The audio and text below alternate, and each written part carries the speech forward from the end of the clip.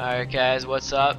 It's Gnomes over here with Colossal, and we're watching a game between Kill Stuff or F and Ball Baller. Yeah, I think Ball Baller talked about this deck a little bit on the forums. It's some chopping blocks variant he's been running. Full faction Forsaken Waste, just like chopping blocks, but apparently he's been doing all right with it. Yeah, no, I saw him play another game before, and he won. But he plays some strange champions, you know, like Skeletal Reaper. You don't see that very often, but I think Scythe Whirl is just really strong. So, like, anything with Scythe Whirl that's 59 Nora, I'll just play it, you know?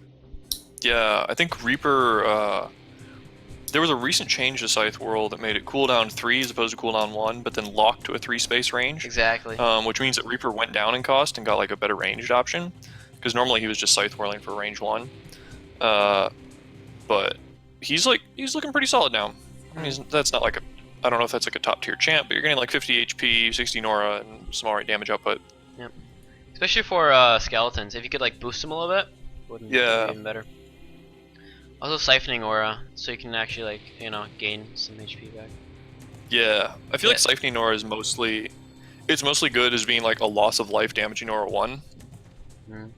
For like getting around perseverance and that kind of stuff. But the healing can help a little bit. Every point counts.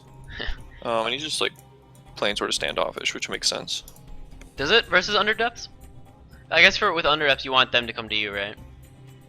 Yeah, he, like, the thing is he doesn't want to move in and engage the raptor, because then he's spending a bunch of AP not to attack, and he's essentially giving the raptor effective AP because it doesn't need to move to attack. Yeah. So it's like every point he moves towards essentially costs him 2 AP in value, and considering that he's generating, what, like, about 20 AP a turn across all his champions, that each step of movement towards the raptor is costing him, like, effectively 10% of the resources he generates every turn. So it's like way not worth it to engage. Oh, very smart, very smart. What he does play, what I saw is he plays, what's the green worm called? Wormlord? Putrid Creeper? Exactly, he plays Putrid Creeper. And then what he plays is double Bile Zombie, and on the Putrid Creeper he plays Ravish. So then, so he does for the Ravish setups? Exactly. It's actually really nice because then he also plays with Blood Fiend as well. You can also Ravish quite nicely. I mean, the Bile Zombie has the HP but no damage, while the Blood Fiend has both. You know, you can, if you wanted to, you could just, you know, put out the Blood Fiend, Ravish it right from the get-go, and you'd be getting, you know, because it's 60 HP for a 48 Nora unit, so you'd be right from the get-go getting what? How much is Ravish? 20%, right? 20%. It's not great. For 60%, it's like 10. I honestly feel like, at least in Worms, Ravish is the tier 3 option. Yeah. That either Consume or Creeping Harvest is better, but I've seen both Tiny and Ball Baller run it just for like the Bile Zombie combo to like give like 3 AP to Bile Zombies, which is kind of neat. I'm not sure it's like actually the best play, but it's cool. It's like tech. Yeah, I guess it's true. But it's cool to see Ball Baller running Blood Fiend. That champ is a real monster, and people usually don't run it. Yeah, because it's sort of Bloodfield. Bloodfield is so strange to work with, you know? Because you're like, why would I want to hurt myself so much? Yeah, because like you have to spend 8 HP and then you get your AP for the turn and you can't store any of it. Yeah. Which sounds awful, but on the flip side, he has like solid damage and 8 speed and exertion, and like life siphon and an enormous amount of HP for like sub 50, which is crazy good. But so, Bloodfiend, it's just a matter of getting. I would feel he's better in Worms, where you can like place him on the font, you know, right in the battle, so you don't have to spend the mostly, let's say 16 health to get into the battle. He's already right there. I think you're absolutely right about that. You know, that's like why. That's a lot of why he's good in Worms, and it's usually what Worms do, is that their SDZ isn't like what makes them good is that their best champs don't just use the SDZ for like the one-time deployment benefit. They in some way interact well with it, which is like you were saying, Blood Fiend is normally all right in decks, but when you can, we got shit going on finally. They've just been posturing the whole time, so. Yeah, I think he gets a throw axe into like Scythe Whirl into Blood Fiend Exertion and can kill it, which looks like it. That also causes -1 defense, don't forget, which is nice. So now he's at 0 defense. Now he can sky throw on both of them, so he can hurt both the raptor as well as both raptors. If he wants. See, what does he do? Does he want to hurt both raptors? No, he only wants. No, he's that makes sense. It's a safer play to do that because then he doesn't put himself in range for like a bunch of shenanigans from the other raptor. Shenanigans. Yeah. Yeah, but it's stupid. If he leaves him alive now, he can just pounce, do some damage, and then sacrifice. He has to kill him. What's he doing? Or am I double not chopping thinking this blocks? He just double chopping block. Ah, I see. See that. Good. Which I think that's a pretty good value play for it. Yeah. He got rid of sibling, which is nice. Yeah, that's the big thing. Is like he cuts out the sibling there, and in underdepths he doesn't really have a way to get that back for the red-tipped raptors. So getting that kill is pretty important because it's not just removing a champion; it's removing value on another champion as well. And I think the chopping blocks were a good choice there because it gives you like actual benefit for deploying them on the turn you want to play them, which is that's something that a lot of people usually feel like Forsaken Ways relics are just fire and forget, but they can be like too big of a tempo hit if you're not playing them at the right times when they give you like an immediate benefit. So playing what two other chopping relics blocks do people use in Forsaken Ways other than chopping blocks, you know, Tomb of Hate and you know, Unholy Tomb? Unholy Tomb. Graveyard is another one that people use sometimes. Graveyard and I think it's like Bone Altar. It's Bone Altar, the one where you can sacrifice skeletons for global benefit. Especially Tome of Hate is one that you want to play like when you're going to get an immediate benefit out of it. Yeah, the Tome of Hate heals so fast, it's crazy. Oh yeah. You're like, it's like Manson 12, Manson 3, it's Manson 12. And now he has the messenger. Yeah, I've seen people playing this rune a little bit more, and it looks like its cost went down or something. It looks like a fine sort of support combat hybrid champ. Yeah. Damage, defense, support, damage, everything. She just said. Yeah.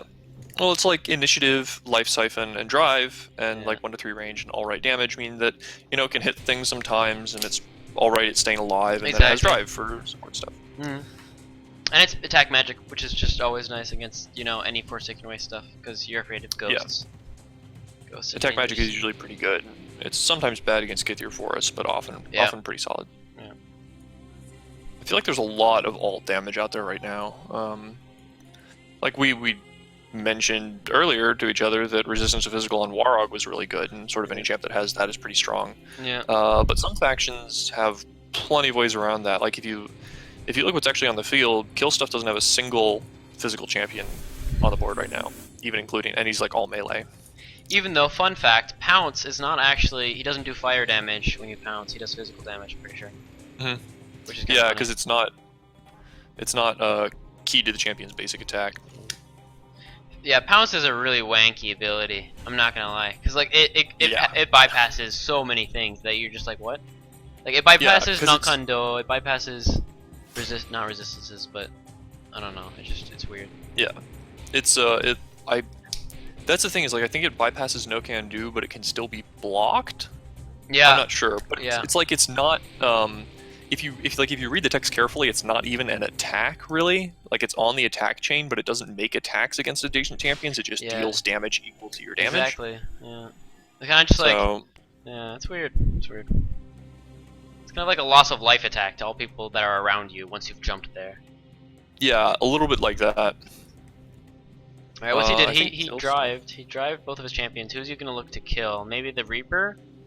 If he goes in to kill the Reaper though, he might be able to kill it, but that's a 60 Nora unit and he'll be getting his, Raptor as well as his Doombringer in a dangerous position, I feel like. Yeah, I think if he moves in to kill the Reaper, Doombringer is probably dead. Yeah. We'll see.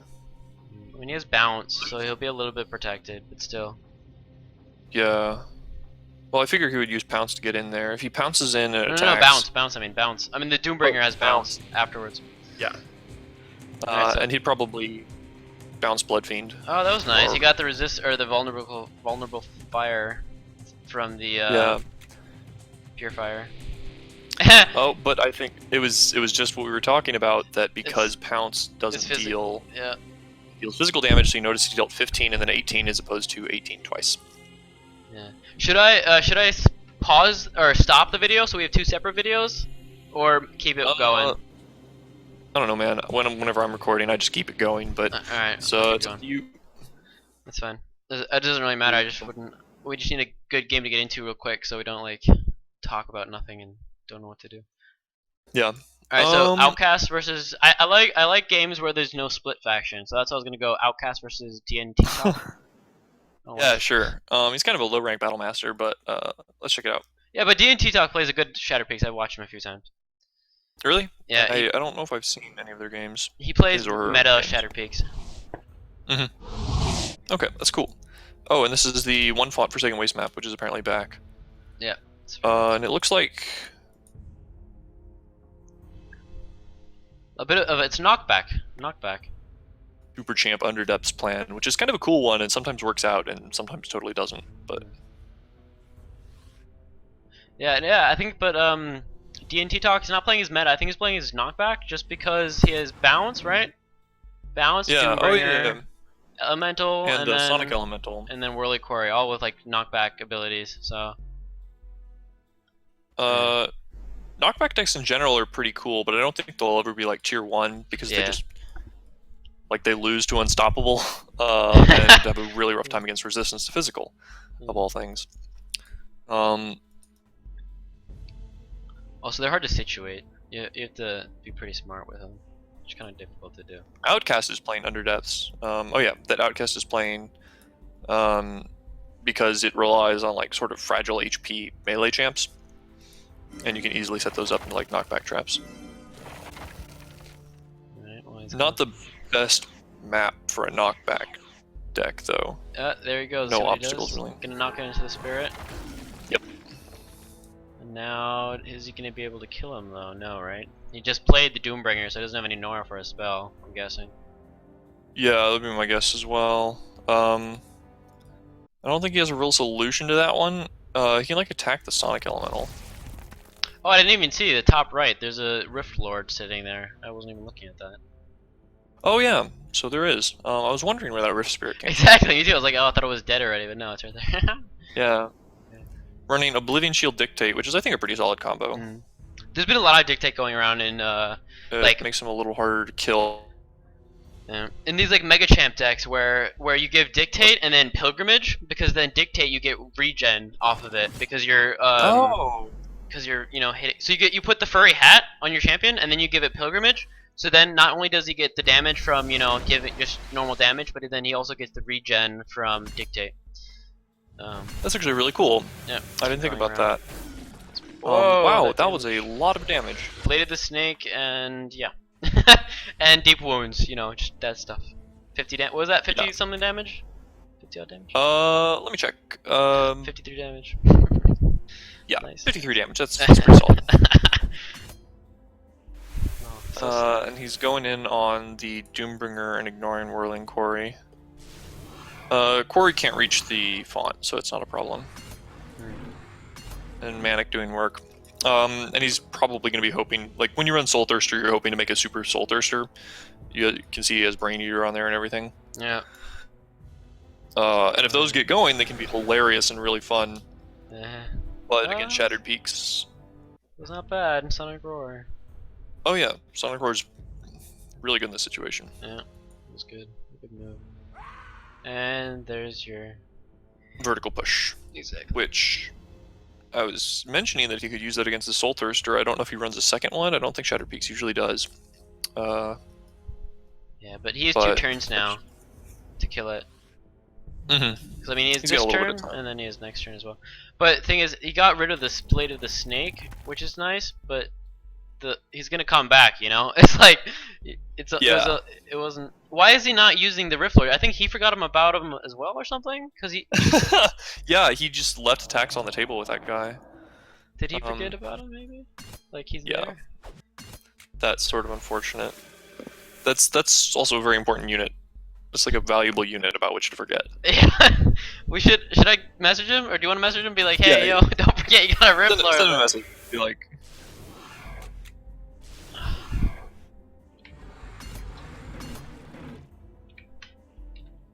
Wow.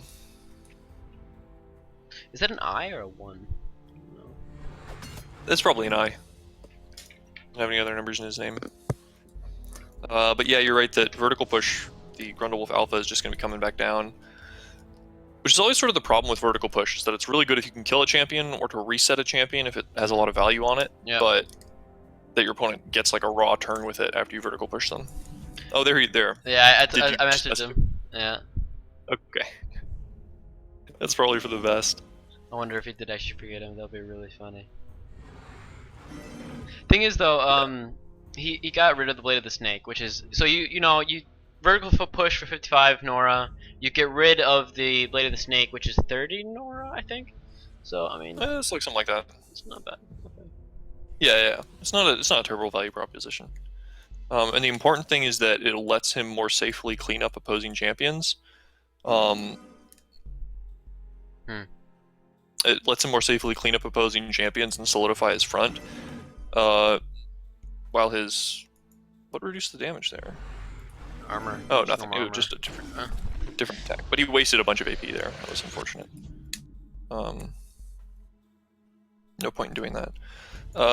But essentially, vertical push is really good against sort of stopping offense, because it means if you can clean up an opposing champion in the meantime, your opponent ends up essentially attacking in waves, like their first round of champions, and then their vertical push champion drops in, but now it's at a disadvantage. Yeah. Like you can sort of see what happened here. Exactly. That's a good point. What's he Which, gonna try to do that, but divert on that Peak Doombringer. He played him differently. That's pretty funny. Yeah, he played bounce, Sonic Roar, and then bounce, divert. It's pretty funny. Yeah, like everybody takes bounce because bounce is a crazy good ability, but whoa. They all had magic resistance, so it only did 8 damage. Damn. Shatter Peak's bonus is so strong. Yeah, the farm bonus is pretty crazy. What was that? Ah, homing sense. Boundless Enthusiasm. Yeah. Which? Oh, okay. Gives it pounce. I was curious about that. I was thinking he was going to go after the Vaporized Champ, and then it would be interesting to see if getting vertical pushed actually resets the champion's position within the attack chain. Yeah, no, I always put. Did what? Did he not? Oh, it's homing sense. Never mind. Go ahead. Yeah, exactly. No, I always put Boundless Enthusiasm on my Kluzik, on my Spider Queen. So then you'll have her with like a 25 odd damage, but then because she has multi attack 3 and homing sense, she'll always be right next to you, life stealing and taking the damage. And with pounce, she can pounce on something like right here, which would have been 3 champions. So much fun with pounce and Kluzik. Yeah, Balanced Enthusiasm is a neat spell. I like that one. It's incredible for underdepths because that's exactly what they need, you know, just like being able to. Like it's very much a good underdepth spell because it makes them strong by doing what they still do, which is attack and melee. Yeah. This game a few minutes ago was looking in the Outcast's favor, but now it seems to have turned. Yeah, now not so much. I mean, but he's still got a big dude with Life Siphon. I mean, maybe he can do something with that. I'm doubting it. The Whirling Quarry is basically useless because it was it's Fading Recollection, so it just 9 damage but does nothing. Yeah, and there's Bounce again. Yeah, it's okay. I guess he can get away. I mean, he's not... Yeah, that's actually a good point. That like, it might be an alright move for the Outcast to back off right now, and I think he should be comfortable doing that. Like that might actually be the right play. Disconnect. I'm guessing he stopped. That might be, yeah. He's like, nah, I'm done. Voluntary disconnect. All right, should we leave? We'll leave and like come back in 3 minutes, see what happens. Yeah, it's that's probably rage quit, so we'll just tap out. Yeah. All right, good game. That's fun to watch. We have no, we don't want to watch something with Joseph, level 52. That's kind of sad. Here we have Horrible versus Kill or something, whatever. You want to watch that? Kill Stufforf? Yeah, sure. I'm just looking for all the purple faces. If I find any, I'm like, let's pick that one. Yeah. Alright, after this game, I'll stop the video and start uploading it already, and then we can start another one if you want, if you have time or whatever. Sounds good. So I'm restarting Pox really quick, just because of some interface issues. Alright, that's fine. Surprisingly, the sound bug hasn't happened to me, which like it did 5 times in a row before, which is nice. Which one, where the music cuts out? Yeah, exactly. That's the one I know. I don't even play with music at this point, just because I know it's gonna cut out. Yeah, I don't usually play with it either. But if I'm recording, I wouldn't want to be all lonely, because then it's just like my voice, kind of, you know. Yeah. A little too much. It's too sexy to handle. Alright, so here we have a game between Underdepths and the Surrender Lands Flora Swamp, and it's alligators. That's kind of cool. Snaptooth. Haven't seen that in a while. I remember that was sort of a popular deck for a little while. Yeah, it was for a little bit, and I beat someone with it. Burn Pyro. I beat Burn Pyro with it, which made me very, very proud. But then they took off the Murkwater Frenzy off of all the ranged champions, which was, you know, that was okay because it was a little OP having, you know, multi-attack 3 ranged 7 champions. Yeah. But like they did it. But they gave him more utility, you know, such as divert and distract. They didn't have that before. So, yeah. It's good. But I feel like snaps play a lot like their melee can go wild, and just with multi-attack if they actually get going. And the Murkwater Hunter, the one with like that slows enemies nearby if they're low health. Yeah. Yeah, he's still pretty. He has deep wounds too, so it's like crazy. Cause you can get like 3 attacks if you have multi-attack 3, and you're like, wow. And then all the ranged champions are a lot more support now, as opposed to damage output. Hold up. I'm gonna go. I actually have a Snaptooth deck. I think, I'm pretty sure. Let me check. Yeah. Putting Rage Band, which used to be like Rage Band when they had multi-attack was really good. Damage output. Yeah, but I didn't actually see that many mixes of them. I saw mostly pure. Maybe just because I was playing it. But... Yeah, no, I mostly saw just pure Four-Glare Swamp. I think it might have been Horrible who was playing a deck where you run the what's the really tanky one? Craw Mangler. Yeah, where you run Craw Mangler and put the Rage Band on it, and then it gets to insane damage levels. Which is really nice for him because he gets health back for his second attack. Yeah. So you'd have huge damage, like incredible tankiness. I'll show it to you guys. Alright, here you go. Didn't he get life back? Never mind, they took it off. He doesn't have it anymore. Yeah. Oh, I thought it was removed. Oh, okay, I didn't even know that. Well, considered a sandbag. Anyway, Murkwater weakness, really strong control spell, especially against Underdepths who rely a lot on actually hitting you with their fists. Sorry, I was looking at the champions. I forgot that I'm recording. Oh my god, what? My bad, guys. I'm so sorry. Yeah, Murkwater weakness on Shoal Demon and Garlunin. Sorry. Yeah, but I forgot the one of them has Escalate. The Shaman has Escalate. Yeah, that's Dusk Shaman, I think. Yeah. It's pretty strong too. This is not bad at all. Yeah. And I feel like Horrible is in a good position here. Like, Kill Stuff is... Because Horrible backed off, and like I told you earlier about the whole AP costing a lot to move in, like Aggression is expensive in terms of resources. Yep. He's forced to back off, which means Horrible, they're now at a standstill. Horrible has more range, and UD is also not very good at building up. I feel like Horrible has the edge here. Definitely. Pincushion's real good though. He needs to get that. He needs to get a Shaman out, or some heals. Heals wouldn't be bad either. Yeah, like healing or another melee dude. This is supposed to be really good. Actually, he has regen on that Murkwater. Oh yeah, nice. Didn't see that. Yeah. I think I run him with detection because Murkwater, or you know, because I play full faction always or full theme, and they don't have detection in theme except for the Murkwater. So I play him with detection. You can get called emergency kit, right? Yeah, it's true. It's true.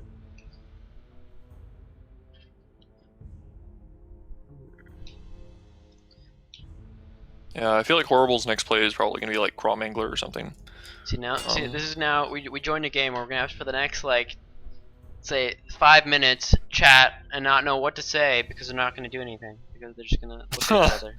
No, I mean there's always something to talk about in Pox. Like that's something that a lot of people treat a standoff as just like sitting around, you know.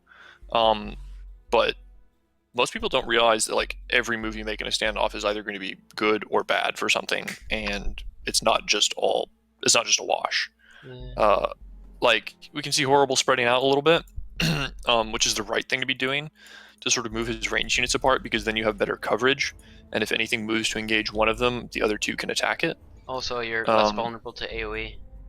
Yeah, and that's another thing. That's the really big obvious one, and it's less relevant against UD, but like you're less likely to just get roasted by maddening echoes or something. Yeah. Dude, Underdepths. I mean, it used to be Savage Tundra used to be the faction for AoE, and now I feel like Underdepths, man. They have, first of all, superiority. Let me say that spell is extremely strong. That 13 spell damage. is bonkers. Yeah. 6 range, 45 Nora. Maddening Echoes and Mind Slicer Boomerang. It's just like so much damage via spells. It's crazy. Yeah, they have a lot of spell damage. I mean, they don't have like sort of the blanket effects that Savage Tundra does, where they can just Ice Storm, like Freezy Freeze. But Savage Tundra has sort of fallen by the wayside, at least compared to what it used to be in terms of AoE damage output. Yeah, they're mostly just like Gale Force now. Yeah. Gale Force, and that's it. But Underdepths does have, like, with Fire Blast and Maddening Echoes, a lot of ability to punish people for being like really clumped up. What? I'm not. Is he gonna go for the Does shrine? he have another Murkwater? I think he's going for the Nefarian Messenger. But is he I hope he has like another Murkwater weakness in the tank or something. Yeah, exactly. Is he invisible? No, or does he have the? Is there any type of invisible champ that I'm not thinking of? No, I don't think so. For these guys, he might Murkwater weakness and then back off. Or that. Oh, phase shift. Okay. Yeah, there's a Murkwater weakness. As we know, Underdepths has no cleanse, so it's like whatever. Yeah. The one faction without any spot cleanse. So I was so mad when they what was it? Bane shift. They didn't fix it. They still haven't fixed it. Because I want to be able to use... There's actually a rework for Bane shift in the works, so that it will be usable again. I mean, it's not going to be spot cleanse. Nothing's going to change about UD in that respect. But Bane shift is coming back. What's it gonna do? What's it gonna be? I think it's gonna, as opposed to like transferring conditions, like do some punishment or something like that for conditions that a champion has. But it's still gonna be like end of turn cleanse, I believe. Because what I would do is, like, again with my spiders, I would just put that on my Klizik, whatever her name is, and then I would just run her into the game. Because most of the people would be like, oh, let me just stun her and then, you know, do all my stuff, and next turn I'll kill her after that. But because of it, it would, you know, transfer the stun, and I would pretty much win game just off of that. They'd be like, oh, she's stunned or she's weakened or whatever. Or no. Can you actually sacrifice the Garloonling, and will you get the Nora back for that? The Galroon or the Galroonling? The Galroon. Yes, it's a real champ. It has a Nora cost. That's funny. You can sack it and get about whatever 85% of that is back. So that's like 20 something. What, like 68? 68 Nora back.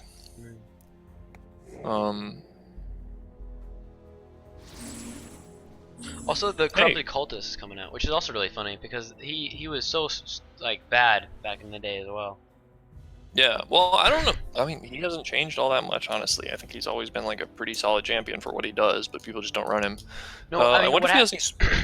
What happened is the Shoal Demon became strong, and then it was like looked at the Corrupted Cultist and like, hey, this guy's not bad either. Because he's got Surge now, pretty much. Yeah. Yeah. Like, that's a good point. That Shield Demon has sort of elevated in people's willingness to play it. And I think it's got a couple changes. Like it has access to 7 speed now more reasonably. Mm.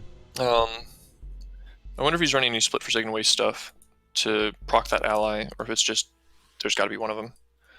So he takes out the Galrunling and moves in for some multi attacks. And there's Snog V. Yep. Played that previously. Snog. Oh, cool. Fascinate Aura 3. Band. Yeah, there's that Rage Band. And so he has Snaptooth Crypt up. Yeah. Which I always thought was cool because you had back in the day when everybody had the Murkwater Frenzy, it was kind of like you had 2 passives for them. You had not only the Murkwater Frenzy, but then you also had the passive of Snaptooth Crypt, because one, it had 8 spaces. It was like 8 spaces, the AoE of it, and second of all, it could move itself. It had relocate itself, so it would never die. And it was I think it was 20 Nora even. It was the most OP. It was like 25 Nora, like 25 HP, relocate self, and like Snaptooth Crypt was like range 8 or something. It was very good rune. So it was like 2 different passives for your Snaptooth. Now those Snaptooths are somewhat more restricted in where they're going to be moving around, just because they have to depend a little bit more on Crypt placement. And I think that's like a pretty good spot for a Crypt. Obviously, Kill Stuff can demolish it if he wants to, or punch it. Cultist can't hit it though. There we go. Demolish. Which I don't know if that's even worth it though. How much is demolish? Demolish is like 30 Nora, but it can still be worth it even if it's apparently at a loss. Now because I mean, if you got to deal with it, you got to deal with it. And they all had essence capture, so they were all gaining back like 10 Nora a turn if they all attacked, you know, if not more. Yeah. So about like 4 Nora an attack or something. There's Maddening Echoes for the cleanup. There we go. See, this is that where before we were like, oh, he's gonna have to run into them, but then Horrible ran in and then wasted all his. Yeah. Horrible started moving in, which I don't think was entirely the right move. I mean, he played it off all right, and he's still in an okay position. But you did see that it sort of cost him in that engagement because all the melee could get right up in his face. Let's see what happens. Alright, so he's an easy kill. Easy kill and pincushion. Messenger he could maybe kill with a spell. And then I guess he could go for the cultist. I think that's probably his play, is to go for the cultist. So if he can kill the bottom 3 this turn, which I think he could with the spell pretty easily. He could. What was that? Okay, well. That was... what was that? Reforge. Yeah, Reforge. Yeah. Which I did not know that it equips after you destroy an equipment on it, which is very good. But that probably gets him the kill on Shield Demon as well. Yeah, well, he's only gonna get. Yeah, he should be able to kill Shield Demon. Oh, they're just gonna go for Acid Storm. There we go. Which lets him move in with Snog V. Double Acid Storm, and then he can kill all 3 of them. I think he can actually kill all 3 without. Yeah, because now he can move in and double attack the Corrupted Cultist. Okay. Depending on if he does his math right. Yeah, but then he won't be able to kill the messenger. Yeah, true. So he could put the Snogvi in range of the AoE or of the. Yeah. That works. I think he mispositioned that slightly. If he'd moved down to engage the top left of the Corrupted Cultist, he would have been engaged to it right now and would not have to spend more AP, and still would have been in range of killing the messenger. Yeah. But that's okay. It's like a slight inefficiency. I guess maybe he wanted to make sure that Shield Demon dies? I don't know. I totally didn't need to. Yeah, it took 7 damage anyway. Alright. Yeah, it took a bunch of damage.